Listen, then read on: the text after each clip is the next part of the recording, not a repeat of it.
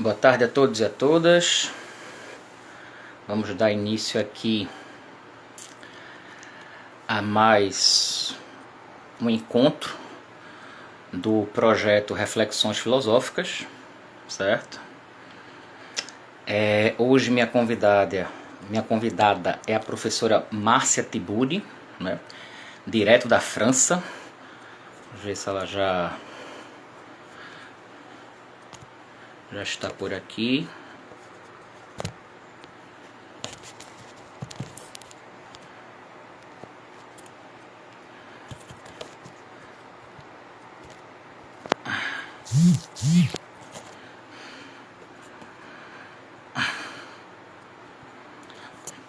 Sejam todos bem-vindos a essa segunda-feira de mais um dia do projeto Reflexões Filosóficas. Já estou convidando a professora Márcia. Aí está ela. Professora, muito boa tarde. Oi, professor. Tudo Tudo, bom? tudo bem? Na medida do possível, né? Sabe que aqui no Brasil não está tão fácil, né? Infelizmente. Só de uma maneira protocolar, né? Eu vou apresentar aqui, porque eu fiz isso com os outros professores, né? Então, a professora Márcia, ela tem doutorado em filosofia pela Universidade Federal do Rio Grande do Sul, né? Trabalhou a temática da dialética negativa em Theodor Adorno, tem alguns livros publicados, e eu acho que aqueles que mais têm a ver com o papo de hoje seriam esses três aqui, né? Como conversar com um fascista, ridículo político e delírio de poder, né? Então, o nosso tema hoje é fascismo no Brasil. A gente vai fazer mais aqui uma conversação, né? Um bate-papo. E aí eu queria fazer uma primeira pergunta, professora. Será Por favor. que o estágio em que nós nos encontramos tem a ver com um tipo de atitude não kafkiana, no sentido de dizer assim, que a gente não observou aquilo que estava à nossa volta o tempo todo, e a gente chegou a essa situação por conta disso? Pois é, então, acho que é uma boa questão. A desatenção, a falta de percepção, mas tem nesse sobre esse aspecto, né? Também a gente pode dizer que existe uma, vamos chamar assim, uma ignorância generalizada em relação à política que colabora também para a aniquilação da política, não é Então, o desinteresse das pessoas com política digamos assim, a via, o caminho inevitável a partir do qual a esfera política será justamente ocupada por aqueles que se interessam por ela. Quem se interessa por ela hoje no Brasil são os milicianos, os fascistas, a extrema-direita. É claro que existe uma esquerda e existe uma certa direita que ainda tem apreço e valoriza a democracia, mas é um fato também que a população que abandonou o processo político acaba, mesmo aquele que votou em branco, mesmo aquele que anulou o voto, mesmo aquele que não foi votar, ele acaba favorecendo a presença desses interesseiros interessados na política. Então, eu acho que é esse cenário de abandono, de descaso, que ajuda, de descaso com a política, de abandono da política, que ajuda a destruir a política, justamente porque nesse momento, então, ela é ocupada por esses personagens que não têm ética na política, que não têm dignidade alguma e que não têm vontade alguma de fazer da política uma instância de melhoria das condições de vida para o povo. Então, eu não acho que exista assim uma ingenuidade pura e simples. Eu acho que é ignorância mesmo, sabe? Uhum. Ingenuidade a gente vê em gente que conhece política, muita gente de esquerda, muita gente assim das mais diversas áreas, dos mais diversos partidos, mas que conhece política e que aí às vezes tem certas posturas inocentes, ingênuas. Acho que nós podemos ser vítimas assim de ingenuidade e de inocência política. Mas a extrema-direita nunca é inocente politicamente. Uhum. E o pessoal que acaba odiando política, pode até ser que essas pessoas sejam ingênuas, mas não é possível que essas pessoas também não percebam que o ódio é um afeto que não traz nada de bom. Ele é destrutivo. Então, entrar na onda do ódio digamos assim, começar a fazer parte, é entrar em contato com a substância do fascismo. Porque o ódio é a substância, vamos dizer, né, a substância afetiva do fascismo, sem o qual o fascismo não funciona. E é esse ódio que é implantado e que é também manipulado pela extrema-direita com o objetivo de avançar no poder. O populismo, né, que a gente chama, esse populismo de direita, ele sempre manipula o ódio. Então é preciso criar um inimigo e é preciso também se apresentar para a população como uma figura que é contra um inimigo lá qualquer e que se apresenta como melhor do que o inimigo, quando na verdade tem todo um jogo de inversões, um jogo de performances, de retóricas, né, que funcionam assim, sempre distorcendo, sempre falsificando. Então, em termos muito simples, isso significa que, de repente, um candidato de extrema-direita parece um sujeito bonachão, divertido, engraçado, quando, na verdade, ele é um maníaco, um fascínora, mas ele se apresentou como aquela pessoa simples, próxima do povo, que fala como o povo, que transmite os sentimentos do povo. Eu acho que tem esses aspectos, né, para ir para um pouco a conversa, para eu não ficar só fazendo monólogo.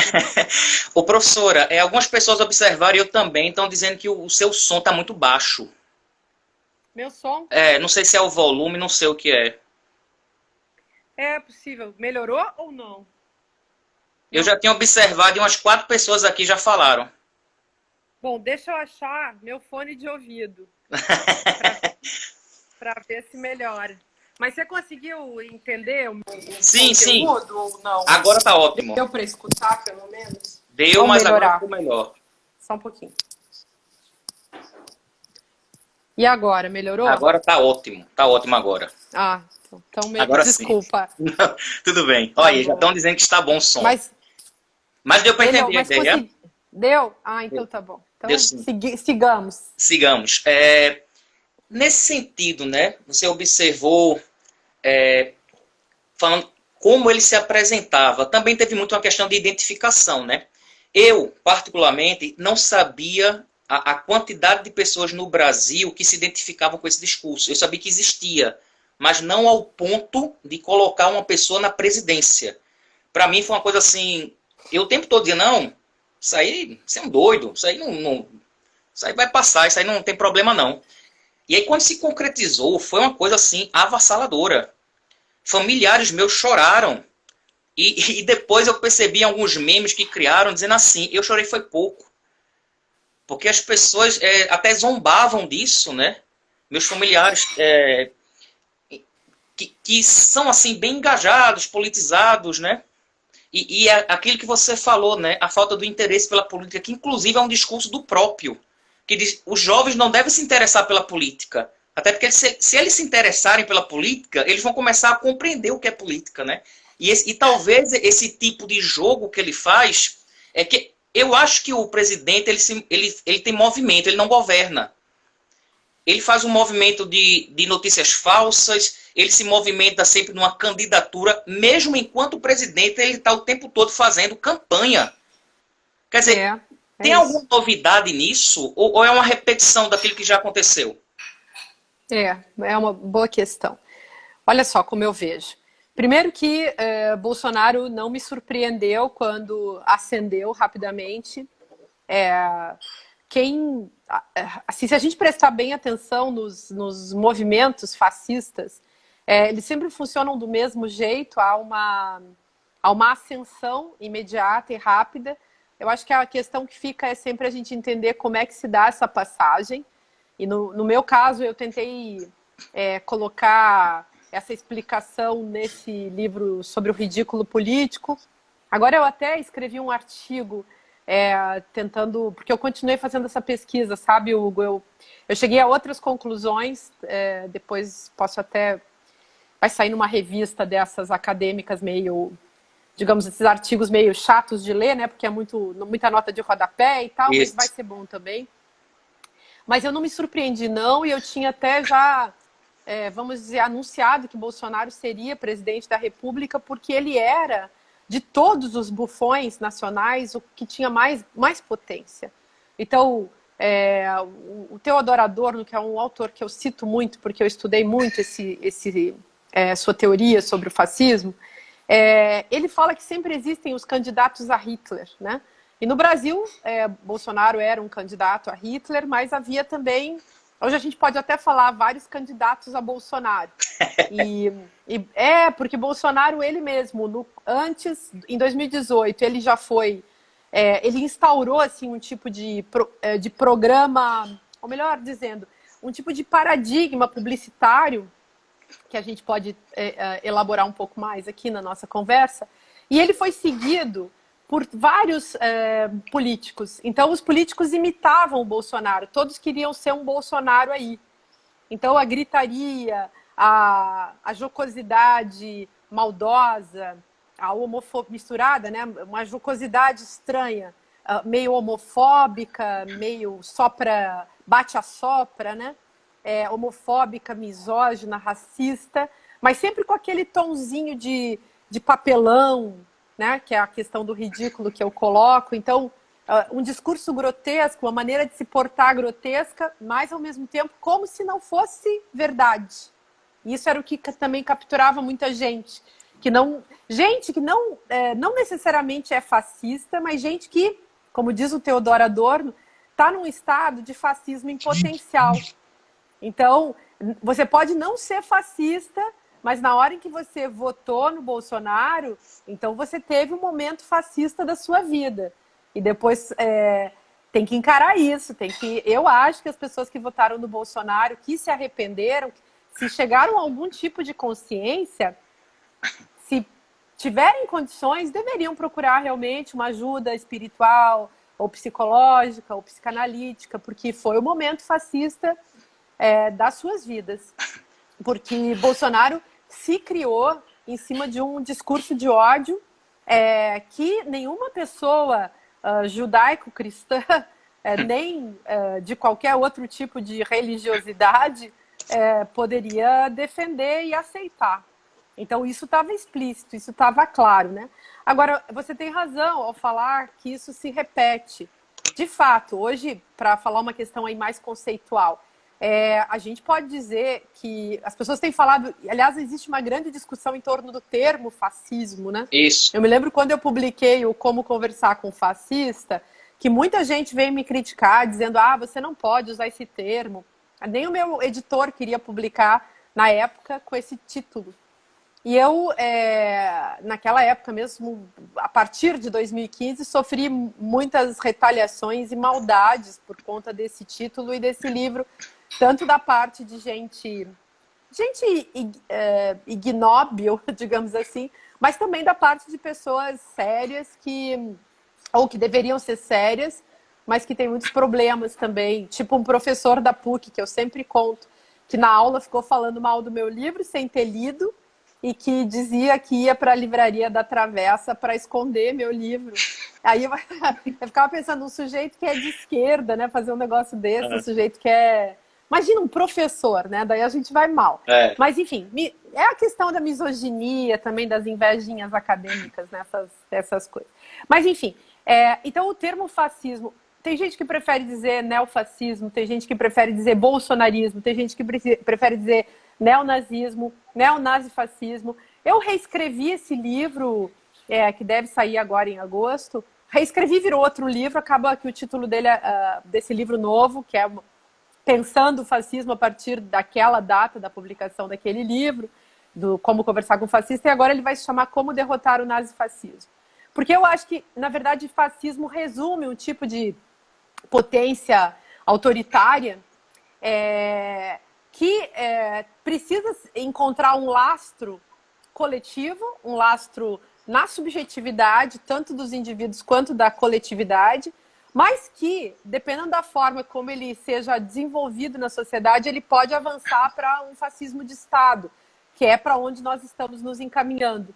Então, entre o sujeito dos preconceitos, que é o qualquer um, né? A pessoa qualquer. O sujeito, digamos assim, que vota no Bolsonaro espontaneamente. Entre esse sujeito e o próprio Bolsonaro, que é, então, o presidente, né, fascistoide, que pode vir a fazer coisas muito piores, instaurar um estado de exceção ainda, até formal no Brasil, não, um estado de sítio mesmo, um estado de exceção radical, ele pode fazer isso, não sabemos o que ele vai fazer, mas entre essas duas figuras, o que existe é também o agitador fascista, que é o sujeito que é o publicitário que ganha dinheiro fazendo isso, o Steve Bannon é o empresário que também ganha muito dinheiro fazendo isso e que patrocina o Bolsonaro, aquele homem careca de verde, que eu esqueci o nome, que todo mundo chama de velho da Havan. Sei lá, eu conheço ele assim tipo, também, né? não sei o nome dele até hoje. Então, coitado. Mas assim, coitados de nós, aliás, né? De nós. Porque ele é muito rico. Mas enfim, assim, só para... Pois é, então, você vê que interessante que é que entre o cidadão, digamos, que é levado, né? Que é estimulado e que é comovido por esse tipo de jogo do ódio e da maldade, e o Bolsonaro, que é o nome principal, né, o grande ventríloco, né, de certas falas autoritárias e de certas posturas, a gente tem no meio do caminho o agitador, que é o sujeito que está lá ganhando dinheiro, que está lá nas redes sociais fazendo maldade, que está fazendo fake news, é o publicitário da extrema-direita, a imprensa de extrema-direita, os personagens que se elegeram no bojo de Bolsonaro, todos usando essa tecnologia política do fascismo, que em escala estética é o ridículo político, ou seja, não existiriam Janaínas Pascoais, Alexandres Frotas e todos esses outros aí, Kins Kataguires, né? Todos esses fascistoides que se elegeram naquela onda da capitalização do grotesco, do ridículo, do absurdo, do estapafúrdio, né? E tantos, Dória, Witzel, todos eles, né? Quantos, cada estado, cada cidade teve o seu bolsonarista indo adiante, imitando o Bolsonaro, sendo que agora alguns estão tentando se distanciar dele, né? O que demonstra que era só tecnologia política mesmo, né? Que esses caras vão conforme seja necessário. Mas, enfim, só para te falar essas coisas, porque eu acho que a gente ainda está no meio, né? Tentando entender o fenômeno. Tem muita coisa ainda para se mostrar, mas não vai ser bom o que vem pela frente se isso não for freado. Isso a gente sabe. E a gente percebe que quando tem alguém que estava vinculado a ele, ou que ainda mantém um vínculo, que faz aquilo que era para ser feito, causa um estranhamento, porque o normal é você esperar o absurdo.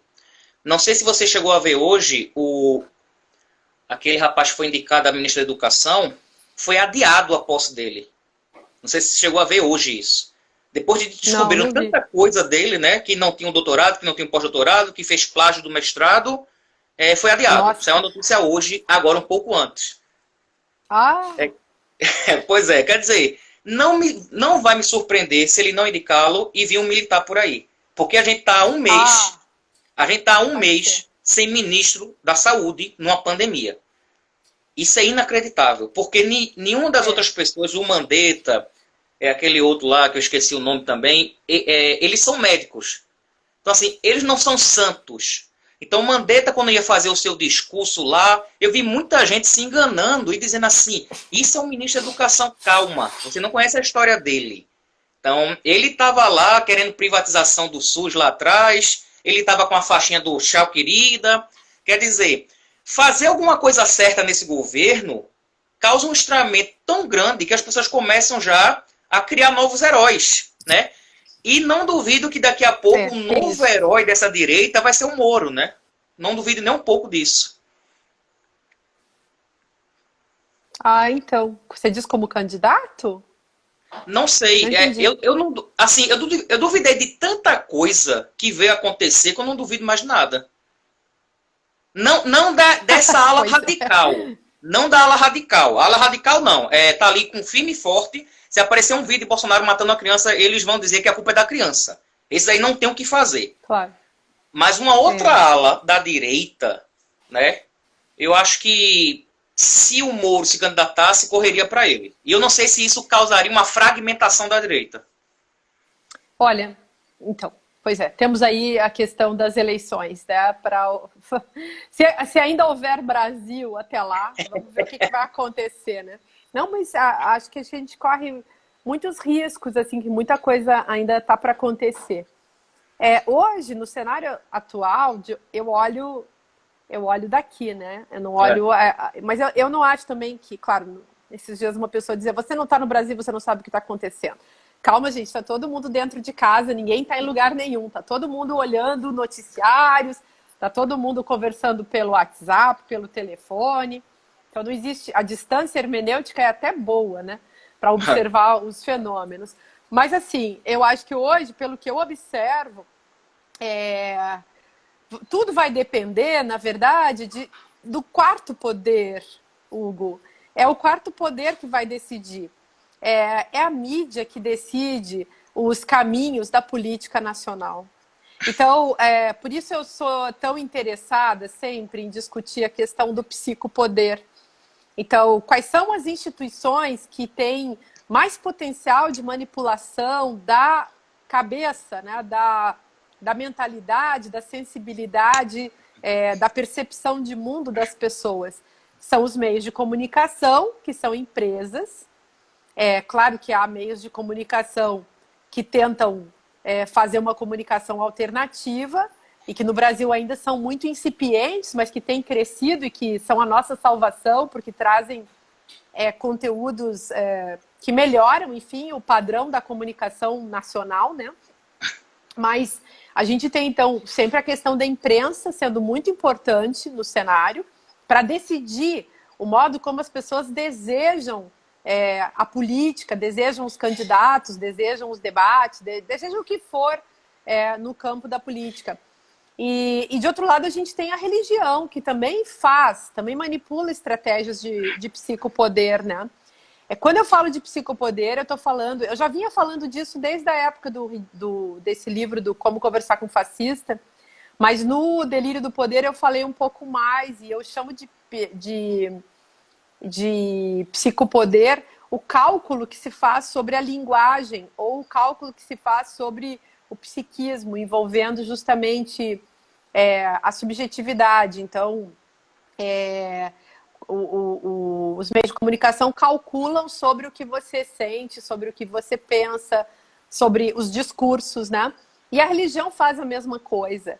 E no Brasil hoje também não tem como a gente analisar a política sem analisar o papel das religiosidades que tem um plano de poder muito claro, muito evidente, está escrito. Está escrito, tem livros sobre isso, o Edir Macedo já falou sobre isso há muito tempo. E todos os políticos e todos os partidos têm tentado compor de alguma maneira, com alguns de maneira mais honesta, outros de maneira muito desonesta, com as religiões instauradas, sobretudo as religiões neopentecostais, as religiões do mercado. Então, acho isso uma questão também que a gente não pode esquecer.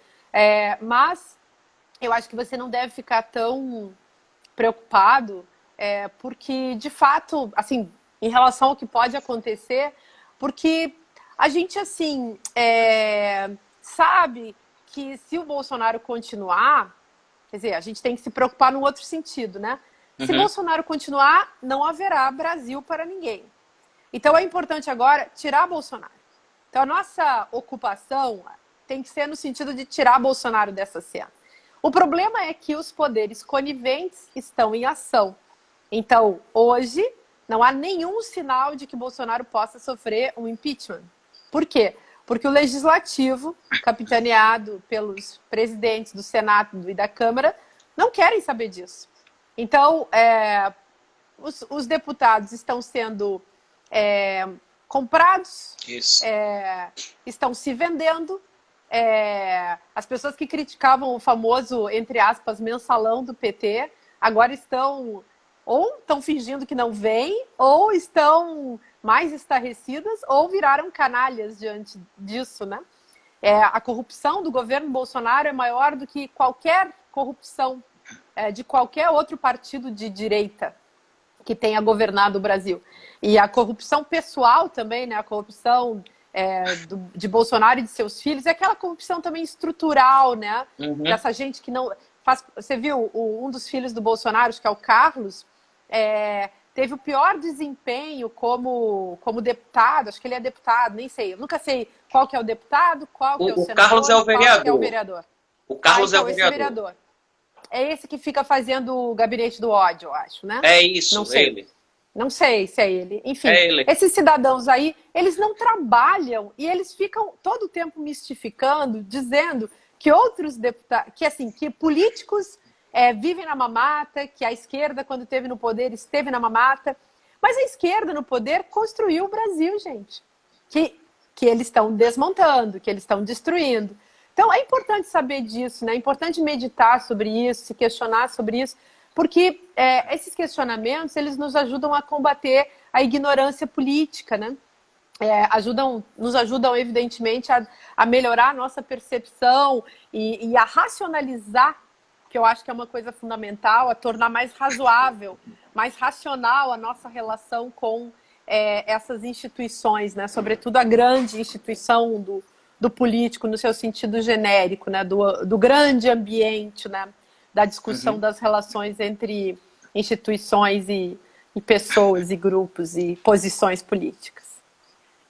Quando você falou sobre a tentativa de dar um novo nome ao fascismo, será que as pessoas têm receio, coisa que você não teve e por isso foi tão perseguida, de usar o termo fascismo? Porque não é que tem a tendência fascista, não é que tem ação, é fascismo. Talvez o que as pessoas queiram desvincular seja a um fascismo na sua origem, lá na década de 30 e pouco, na Itália.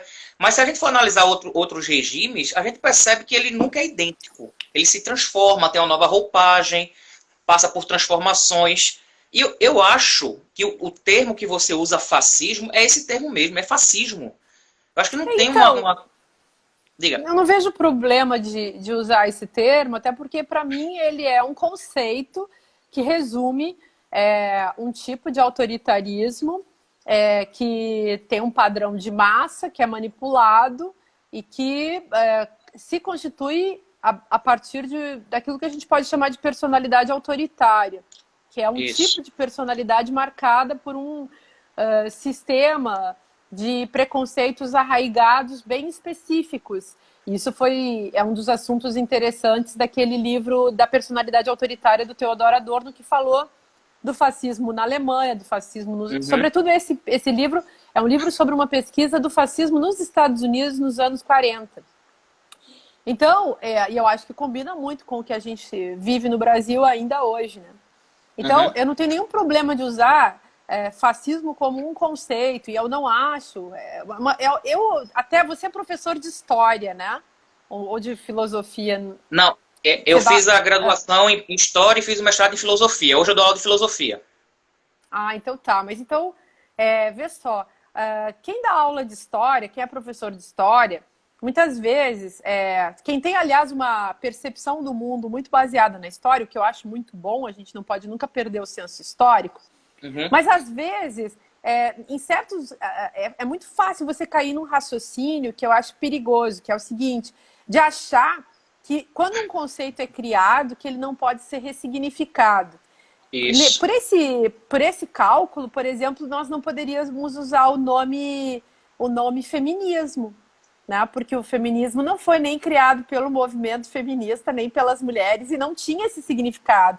Ele tinha um significado absolutamente negativo, pejorativo, e era usado primeiramente, foi usado no século XIX, o termo, né, por pessoas que, e tem origem isso, né, segundo consta, foi o Alexandre Dumas Filho, que foi quem escreveu um artigo xingando de feministas aqueles homens que defendiam no século XIX os direitos das mulheres.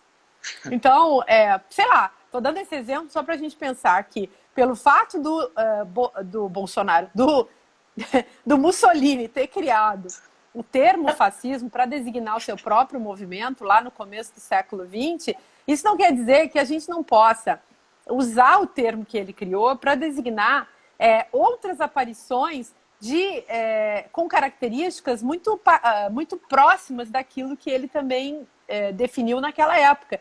O nazifascismo, acho que ele é uma forma de fascismo com características específicas que está também muito próximo do que veio se fazendo no Brasil bolsonarista.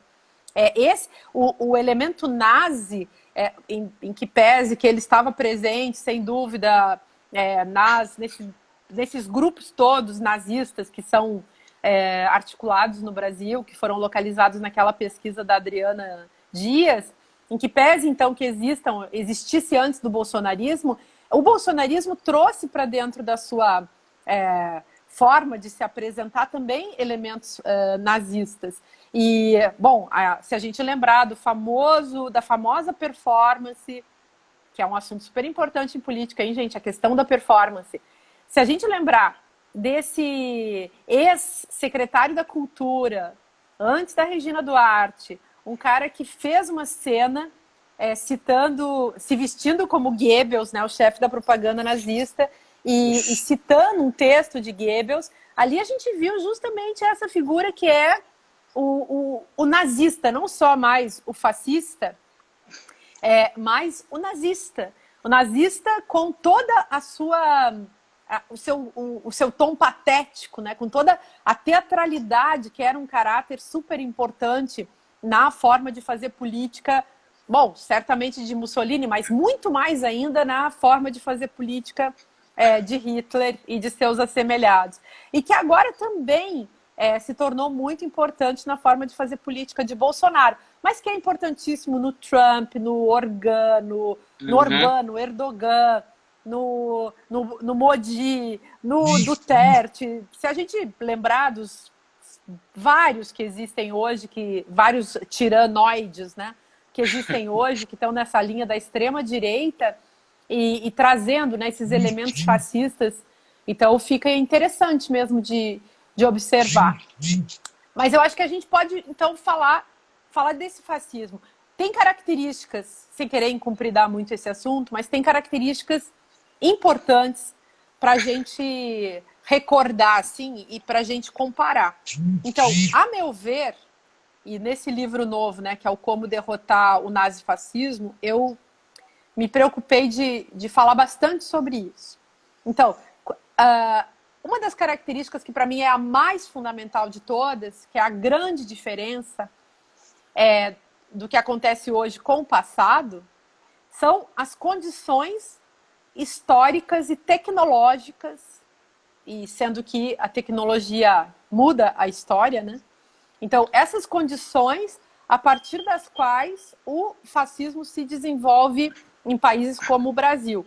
No mundo todo, a gente pode dizer, antigamente, o que havia era um fascismo analógico, vamos chamar assim, né? Então, era um fascismo no qual eles tinham o rádio, eles tinham o cinema. Hitler foi um exímio, né? Um especialista em trazer para dentro da sua proposta política toda a utilização, né, dessas artes tecnológicas, mas ele tinha uma ambição assim, de criar uma forma de pensar nazista, e por isso também parece uma coisa tão louca, né, porque ele trouxe as artes também, ele tentou fazer a música, fazer o cinema, fazer as artes visuais, fazer a arquitetura nazista, mas era tudo analógico. Esse é um ponto. Então, para fazerem um cartaz, enfim, os meios de produção dos cartazes eram analógicos. Hoje, a gente tem meios digitais que mudaram tudo. Então, a vida digital atual muda o sentido do fascismo, que antes era analógico, agora ele é digital. Um ponto na história assim, que eu acho que nos ajuda a entender é o seguinte, gente. Parem para pensar que em 45, então, a Alemanha nazista é derrotada na Segunda Guerra Mundial. E ali acaba o nazismo, né? E se vocês pensarem, um ponto super é que a Terra surge no mundo, no planeta, em 50. Isso é uma coisa fundamental da gente saber. Então, a história cultural da humanidade se modifica a partir do advento, a meu ver, da televisão, porque por mais que o cinema fosse uma arte que criava massas, né? Ponto importante também é a gente sempre saber que massa não é uma figura política que está dada, né? Massa é uma coisa que se cria diante de um fenômeno. Então, o cinema cria as massas e criou as suas próprias massas, né? E assim, a gente pode falar que a internet também criou a sua própria massa, mais recentemente, mas a televisão começou a criar massas muito diferentes daquelas que o cinema tinha criado. E que o rádio, né, também já vinha criando, né? Mas eu acho que aí as tecnologias avançando da maneira como aconteceu, tomando o todo da vida, e aí vamos colocar assim, cinema, rádio, televisão, internet. Então a gente tem hoje, a meu ver, aquilo que a gente pode chamar de turbofascismo. É um fascismo turbinado tecnologicamente. A gente pode chamar também de tecnoturbofascismo ou turbotecnofascismo. Todos, claro, é um neofascismo, é um novo fascismo, mas não deixa de ser fascismo no sentido de ser um movimento de manobra das massas, de convencimento afetivo a partir de discurso de ódio, de criação do inimigo. É sempre um movimento populista. Ninguém é fascista sozinho. Então, por mais que exista um fascismo subjetivo, né? Essa introjeção do patamar, do caráter autoritário, a construção de uma personalidade autoritária, é um fato também que existe uma produção cultural disso, né? A gente está vivendo essa produção cultural no Brasil e ela pode ser fomentada e ela também pode ser interrompida, né? Esse é um ponto também que eu acho interessante. Eu até tinha separado aqui fazer uma pergunta sobre tecnocracia, mas já ficou bem esclarecido agora, né? E uma das coisas, né, que esse governo faz, antes de eu fazer essa colocação, algumas pessoas estão dizendo que o som está bom, mas a imagem começou a falhar. Em alguns momentos... Um ou outro, os dois ao mesmo tempo, não. Aí eu não posso fazer muita coisa, porque a minha internet é de telefone, é meio vagabundinha, assim.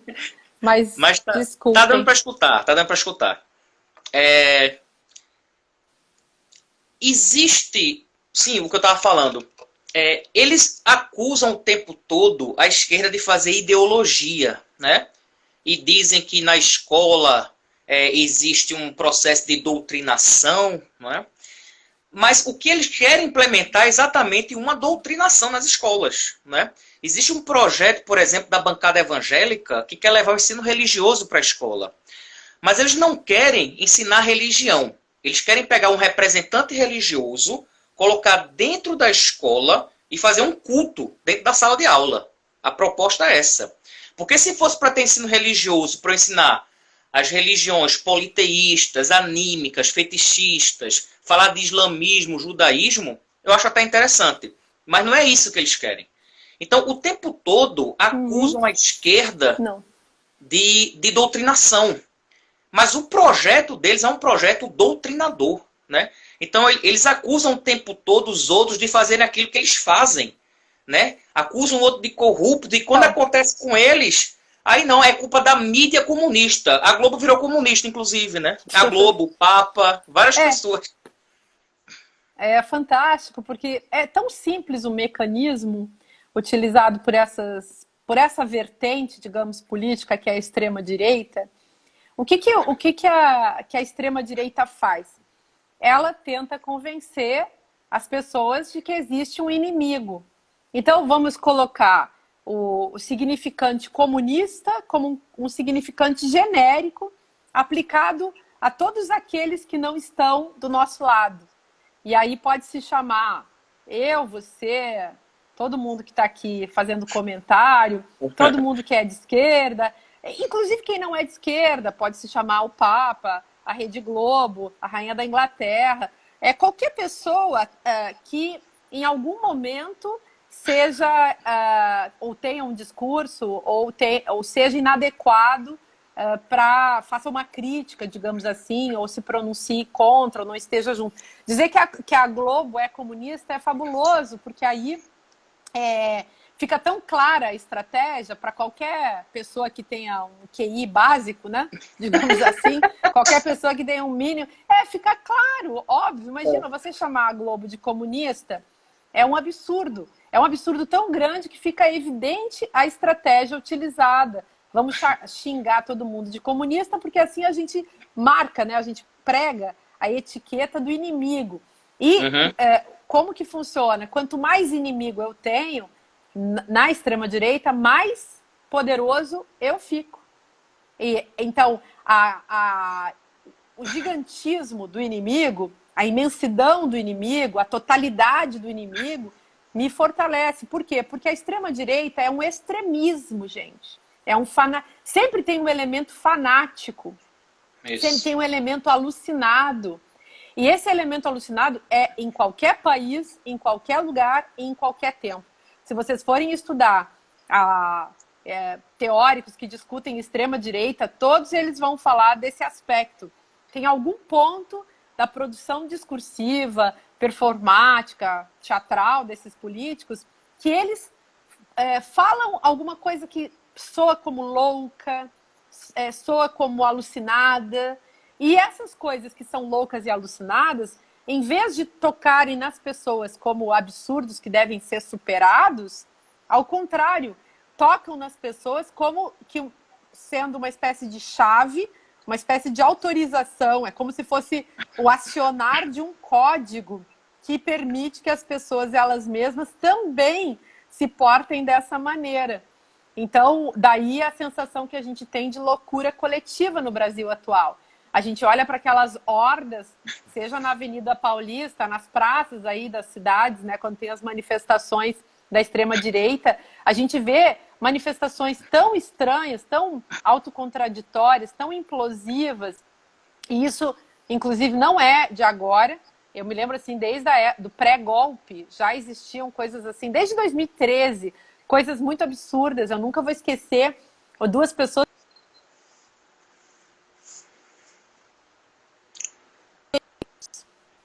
Então, quer dizer, pelo direito de não ter direitos, mas Sim. onde que essas pessoas estão com a cabeça? Nesse momento, elas implodem o próprio discurso, elas não podem estar sequer se manifestando, elas não podem dizer isso, né? A gente chama isso de autocontradição performativa, né? É o paradoxo de Epimênides, né? Não dá. E o sujeito está fazendo isso. Quer dizer, defendendo a tortura, defendendo o retorno da ditadura militar, defendendo o fim da liberdade de expressão por meio da própria liberdade de expressão, que, aliás, esse é o ponto também, né, Hugo? Se você pensar que a democracia entrou numa espécie de parafuso, né? Quer dizer, a democracia em autocontradição. A democracia quando ela rompe com o seu próprio propósito, quando ela se autodestrói através dos seus próprios meios, né?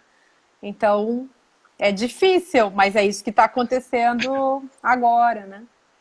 Quando eu vejo esses cartazes, né, pelo direito e não ter direito, eu faço a comparação com pessoas, com mulheres que se manifestam contra o feminismo. Que dizem assim, eu não preciso do feminismo, né?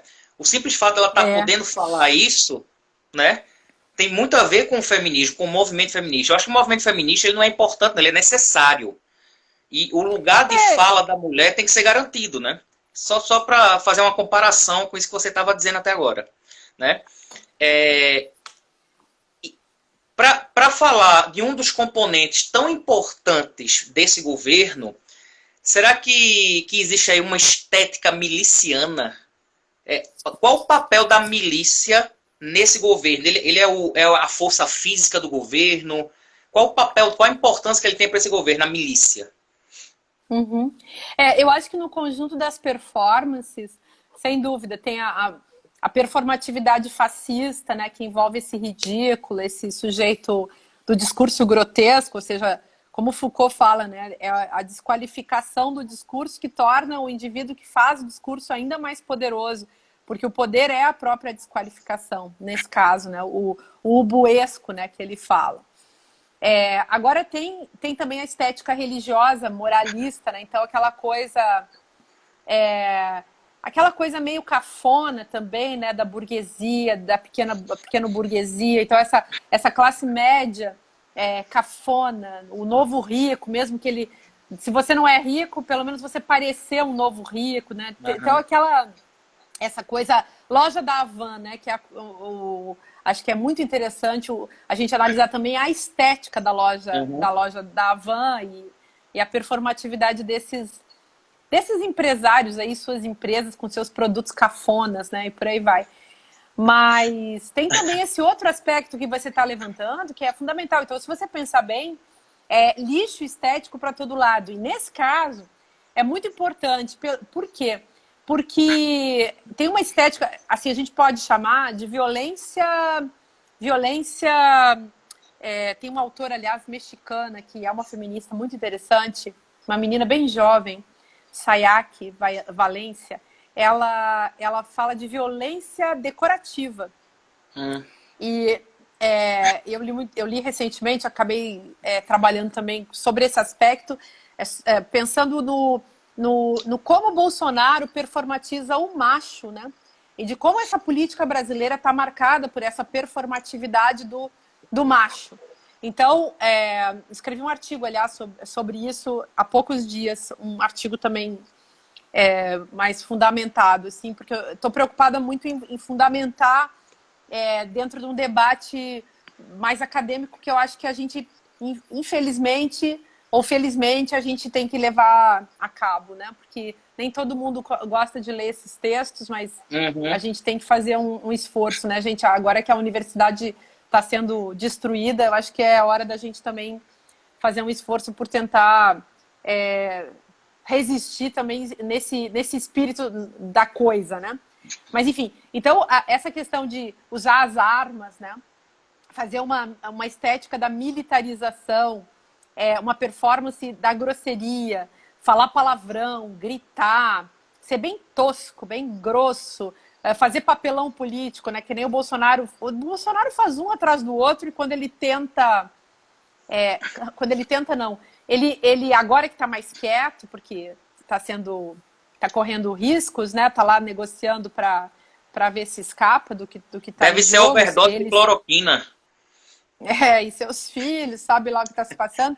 Mas você viu que esses dias ele fez uma performance que causou jocosidade pelo mundo afora, que foi aquela homenagem aos mortos com uma sanfona tocando uma música que supostamente seria Ave Maria de Schubert, enfim. Então, é sempre assim, o ridículo sempre está em cena, mas junta com isso uma grosseria do macho, né? A ideia de uma masculinidade violenta, armada, né? Aqueles filhos do Bolsonaro também sempre armados. O Bolsonaro agora ele não está fazendo o sinal da arminha, né? Porque passou, ele já aprovou a liberação das armas no Brasil, mas é sempre assim, é sempre essa estética que você chamou de miliciana, que faz todo sentido, uma estética da violência, da morte. Outro detalhe importante, se você lembrar do Bolsonaro, quando ele colocou aquele negócio chamado Golden Shower, que ninguém sabia o que era no Brasil, quando ele colocou aquilo no Twitter, no carnaval do ano passado, aquilo chocou a população e ali, veja, que interessante isso, né? Não era só o conteúdo que era chocante para as pessoas, mas também a forma. E aí Bolsonaro fez esses ricocheteios, né, que ele faz. Então, essas inversões, que são estratégia de extrema-direita, né? Você falou de usar o termo ideologia, por exemplo. Então, usar todos os termos e fazer sempre uma confusão mental na cabeça das pessoas. Eu chamo de retórica do desnorteio, mas tem também uma imagética do desnorteio. Então, coloca o Golden Shower, fingindo que está criticando o Golden Shower, mas com aquilo ele está praticando uma violência simbólica, visual, está chocando as pessoas. O choque é um elemento fundamental, né, nesse capitalismo de desastre, né, que é um termo também sobre o qual depois a gente pode falar mais, mas é a doutrina do choque em funcionamento. A doutrinação é pelo choque. E, quer dizer, como que se usa o choque a todo momento, todo dia, seja por palavras, seja por imagens, E um detalhe importante também naquela cena do Golden Shower. Então as pessoas não sabiam o que era. Bolsonaro conseguiu ali mostrar o conteúdo, fazer violência em cima das pessoas. Fez toda uma mistificação em torno disso. Mas aquilo ali usou o sexo como uma arma de guerra. Né? Então, isso é um ponto importante. O sexo como arma de guerra. Outra coisa, então são sempre as armas de guerra que estão em cena, né? Sexo, inclusive, usado como arma de guerra contra gênero. Esse é um ponto também super importante, porque tem um combate aos estudos de gênero que utiliza o sexo como arma. No caso aí, esse exemplo do Golden Shower é bem interessante. E outro ponto importante, exemplo, assim, que eu acho que é fundamental dentro dessa estética miliciana, um desses filhos do Bolsonaro, quando teve o assassinato estranhíssimo, que muita gente suspeita que tenham sido os próprios bolsonaros a fazerem isso, né? Daquele procurado, né, o tal do Adriano da Nóbrega, ele era procurado pelo assassinato da Marielle. E ele foi morto de um jeito, enfim, né, miliciano lá, com muita violência. E um desses filhos do Bolsonaro, sendo que um estava na Bahia e o outro que tinha condecorado há anos atrás, mais de 10 anos atrás, esse tal de Adriano da Nóbrega, porque eles adoravam condecorar milicianos, né? Eles vivem prestando essas homenagens, né, que também fazem parte dessa estética miliciana, condecorar milicianos. Isso. E aí, dessa violência decorativa, né, para usar lá o termo da filósofa espanhola, mexicana. E aí, olha só, ele pega as fotos desse cara morto, o cadáver, e ele também joga na cena. Então, bota nas redes sociais, fazendo assim, meu amigo, um cara lá, sei lá, foi morto, ó. É o mesmo jogo. Então, parece que ele está lastimando, parece que ele está só... digamos assim, chorando, né, ou fazendo uma crítica, quando na verdade ele está aproveitando aquilo para praticar violência e para dizer até do que ele é capaz. Porque se ele é capaz de expor o corpo morto, violentamente, ensanguentado, escancarado, se ele é capaz de fazer uma coisa dessas, desrespeitando o direito do morto, que mais que ele é capaz de fazer? É uma espécie de recado, eu digo, tipo, sei lá, cortar a cabeça, né, e deixar exposta no sentido de dizer, eu sou capaz de tudo, né? O Bolsonaro faz isso, né? O Bolsonaro e seus filhos e vários dos seus associados aí, dos seus assemelhados. Seus párias, né? Nessas práticas, né? Aquele exemplo do copo de leite, né? Os termos que se utilizam sempre tem algum tipo de ligação com o nazismo, fascismo.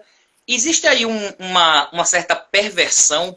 E aqui eu não estou dizendo, Bolsonaro é doido. Não é isso. Porque isso foi o mote de muita gente para dizer que ele não era corrupto, né? Não, ele é doido. Eu vi muita gente falando isso. Não no sentido de ser doido, não é isso. Mas tem um quê de... Tem um quê de perverso, porque ele sabe, aquilo que ele sabe muito bem o que significa aquilo. Ele faz para jogar, continua aquela esfera do movimento, para ver o que é que vai dar quando ele faz isso. Eu tô vendo o horário, porque vai acabar a nossa live. Acaba daqui a pouquinho. Tá para acabar, e eu tenho também uma outra, então a gente tem que ser muito rápido. Pronto, eu só acho o seguinte, Hugo, eu acho o seguinte, a gente não... Loucura, por exemplo, é uma categoria que não é mais psiquiátrica. Nenhum psiquiatra vai usar o conceito de loucura. Loucura é um conceito polissêmico.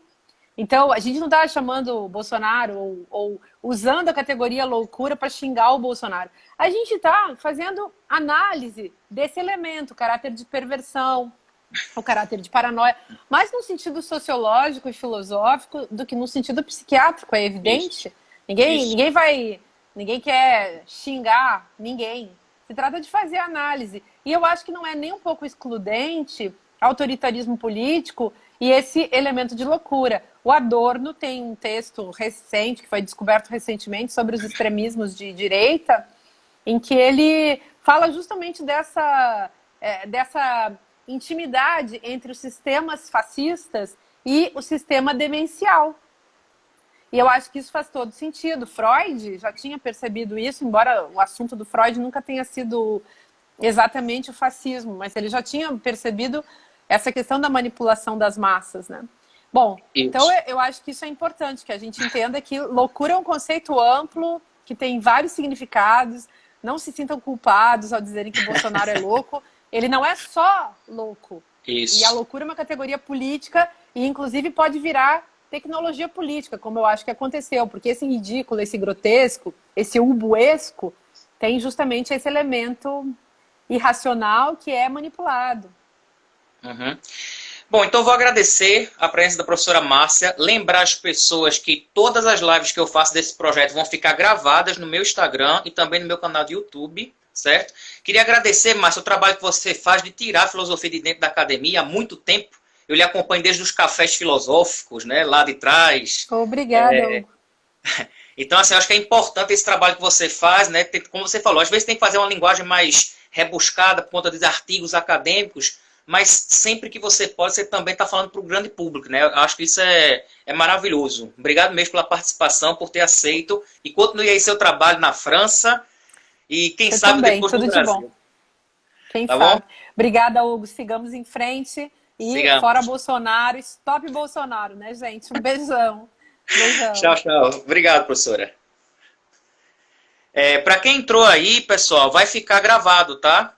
Eu vou colocar a gravação no meu Instagram agora. Assim que eu encerrar, vou colocar a gravação no meu Instagram.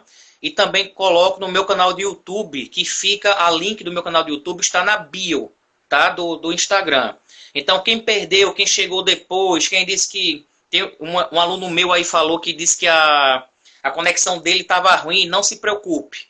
Eu vou publicar agora no Instagram, daqui a mais ou menos 5 minutos já vai estar possível aí todo mundo acessar, beleza? Queria agradecer a participação de todos, lembrando que na próxima quarta temos um novo encontro, ok? Com o professor Juliano Peçanha, e vamos falar sobre a filosofia do Peter Sloterdijk, né? Que é um filósofo atual, né? Vivo. Então a gente vai estar sempre nesse processo de divulgação, fazendo novas lives, ok? Muito obrigado a todos, fiquem todos bem, fiquem em casa, tá? De nada, Ângela. Vamos divulgar sempre o conhecimento para o grande público, né? Então um abraço a todos, fiquem todos bem, ok? Margarida, minha tia sempre presente. Nelsinho. Tchau, tchau, pessoal. Renata, politizada é ela, viu? Abraço, Rê, minha prima. Rose, muito obrigado pela presença. Mamãe entrou aí, mamãe já estava presente desde sempre. Ela nunca sabe a hora das lives, mas ela entra de vez em quando.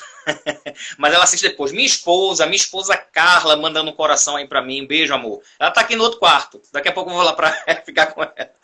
Tchau, pessoal. Fiquem todos bem.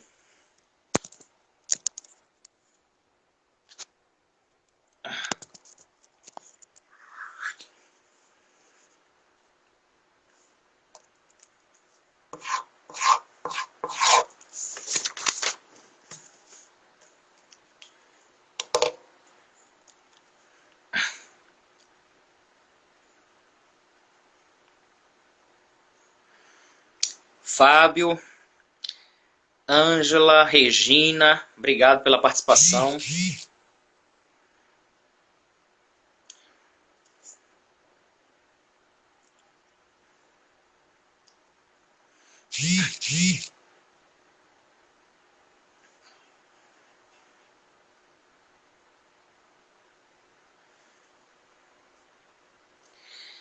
Eu estou com certo receio de finalizar a live, porque toda vez eu bato 1 hora e eu já vou direto para salvar o vídeo. E aqui a opção que aparece é para encerrar a live. Eu tô com medo de encerrar a live e perder. Ah, pronto. Já bateu aqui os 30 segundos. É melhor esperar para eu poder deixar salvo. Então daqui a 5 minutinhos a live está salva para vocês, tá? Para vocês assistirem depois quem quiser. Então só fechar aqui.